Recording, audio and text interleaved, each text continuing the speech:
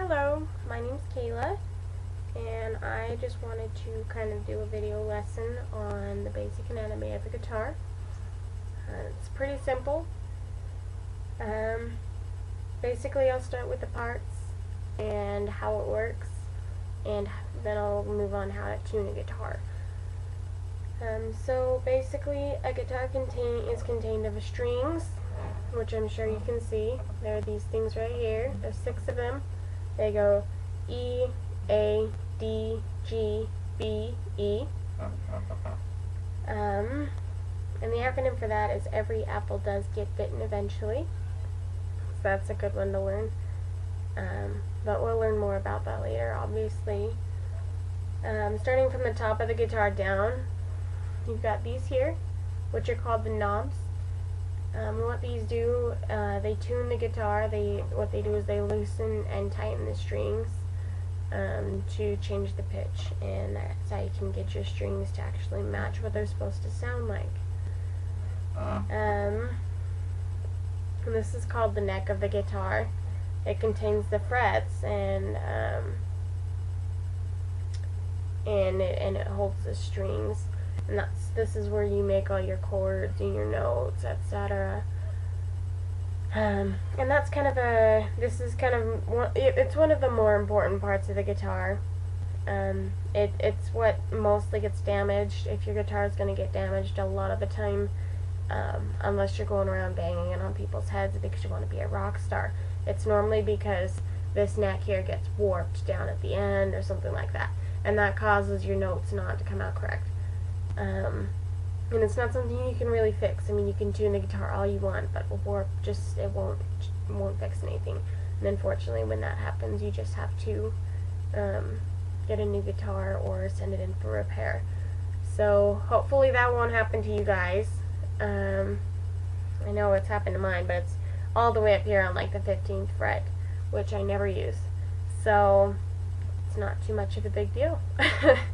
So essentially you've got your neck here, and these right here are called frets. In between each metal bar is each fret.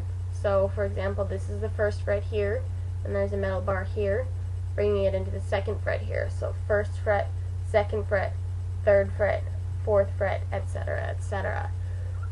And then you move down here, you've got the body of the guitar.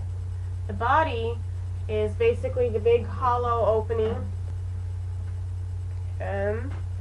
and it provides an area for the sound to come out, well, be produced. And this hole right here, that's where the sound comes out. Right here is your bridge, and what it does is it's the connection and the end of the vibrations for the body to actually vibrate and create the sound. And here's your tapping board. And I'm not gonna lie, I'm not completely sure if that's the official name or anything, but if I could give it a name, it'd be the tap board.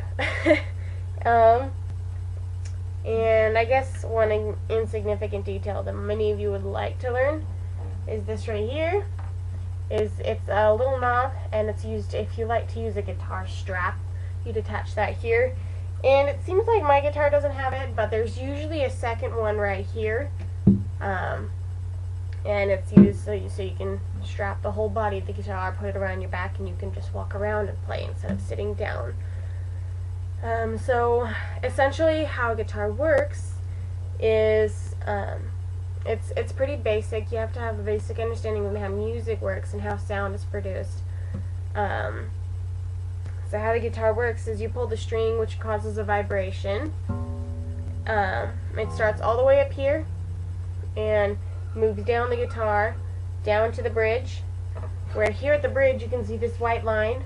This white line touches each of the strings, and what it does is it stops the vibration, and it starts vibrating the board. So it's just kind of a controlled spot for the vibration to stop, and get into the body. So when your body starts vibrating, it vibrates at that certain frequency and that's where the sound is produced. If you're familiar with frequency, that's how fast a sound wave is moving, and depending on how fast it's moving is what determines the pitch. As I'm sure you know that there are like some sounds that dogs can hear that we can't. It's because their ears can pick up that perception of the higher notes while we can't. It's just not within our brain's capacity to perceive and actually turn into a sound. So essentially you've got those different frequencies which are created by the thickness of the string plus how tight it's strung, etc. And I mean, it's just a variety of factors that lead into the way the body vibrates, and that's how your sound is produced. So in regards to that, the way to tune a guitar to change the pitch, you're actually just changing the tightness of the strings and changing the way that the strings vibrate the body. So essentially, like if I were to just turn this knob here, I turn it to the left and it gets a little higher, and then I turn it back to the right and I loosen the string, whereas I just tightened it, I loosen it and it goes back down to an E, like that. So that's essentially how the sound is created, how the guitar works. So most people have a hard time tuning by ear, and I don't exactly blame them. A lot of people just can't really nail pitch on the head quite right. And so the easiest way that I was always taught to do this, and it's just always kind of stuck with me because it's very, very simple. As long as you can get that E, like if you can just get to a piano or maybe even just to a computer where you can get a simple tuner, and just make sure that this E note is on. That's all you really need. So because I just tuned mine, I played with my knob, I'm going to make sure that it's on.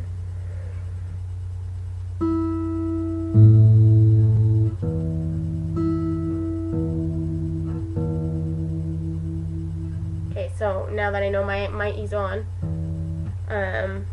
the best way to do it is, you've got your frets here, as you can see them, and like I said, it's 1, 2, 3, 4, 5, counting upwards, and it just goes. So what you want to do is, this E note is on, and if you press the 5th fret, it will automatically jump up to an A, because the next note is an A, and when you push on the 5th fret, it makes this E string create a sound. So you can use it to tune the next string. So for example, this is an E. I push on the 5th fret right here, and I make sure you get it between the 2 bars so it gets a firm stop of that vibration, because the string stops right here on this bar, and now the vibration goes from here on the bar down to the bridge. So you pull it, and now instead of hearing an E, you're stopping it at the bar and you're getting an A. Okay? So how to tune it is to have that E. So you push the 5th fret and you get an A. So now you've got an A, and this should match your 2nd string. So you can hear that they sound the same. And essentially, as long as this 1st string is on tune, the rest of your strings can be on tune easily. It's actually 5 all the way down. The only exception is 1 string down on the lower, and I'll show you that. You actually go down to the 4th fret. So let's just I'll kind of show you. This E becomes an A, and then you go down to the A string. This A becomes a D on the 5th fret, and you can hear that. Sounds the same. Then this D becomes a G, and then you push on the G string, and here's your exception. On the G string, you want to go down a little bit. You want to go down 1 fret to the 4th fret, and now your G becomes an A, B, sorry, I apologize. Your G becomes a B, and then you can play that on the 2nd string. how they sound the same. And that's assuming they're in tune. If they're, this is your way to tune it. And then you'll go back up to the 5th fret on your B string and turn it into an E. So you've got a B, E, and that's your basic tune. So say if I play with this a little bit, I'm gonna turn these knobs a little bit. Now it's out of tune. That's not what it's supposed to sound like. So you start at the E. I didn't play with my E, so I know my E's on tune. So I'll start on my 5. Looks like I didn't mess with that string either. Then you'll go down. I don't know if you can tell the difference. It's just kind of slight, but I can tell that they're different. This 3rd string, the second one that you're hearing, sounds a little bit lower. So what you want to do is you want to raise the pitch until it matches. So I'm on the 5th fret again, and now they match. So I'll do the same thing for this one.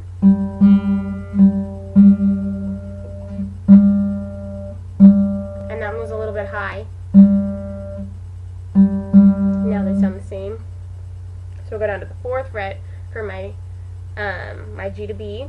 And that one's a little low now. And then I go up to the 5th fret again. And I didn't play with that string either.